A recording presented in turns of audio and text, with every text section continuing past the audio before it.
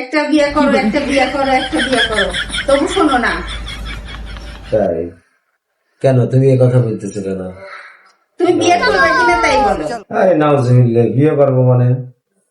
তোমার দাদা ঠিক আছে নাকি? দাদা খাইছে নাকি? তুমি বিয়ে করবে কিনা?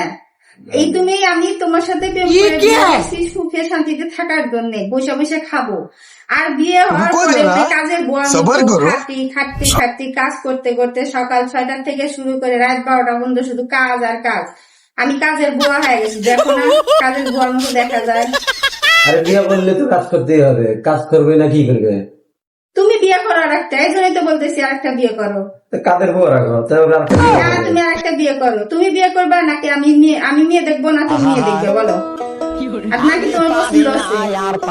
তাহলে বিয়ে করতে বলতেইছো? তোমার কি পছন্দ আছে? বিয়ে করতে বলতেইছো, তাহলে তো মনে মনে খুশি লাগতেইছে। আছে একটা পছন্দ আছে? আমার তো একটা মনে মনে পছন্দ ওরে ছিল। আল্লাহ, আমি তো জানতাম তুমি এটাই বলবা, এই জন্যই এত সময় আমি অভিনয় করলাম।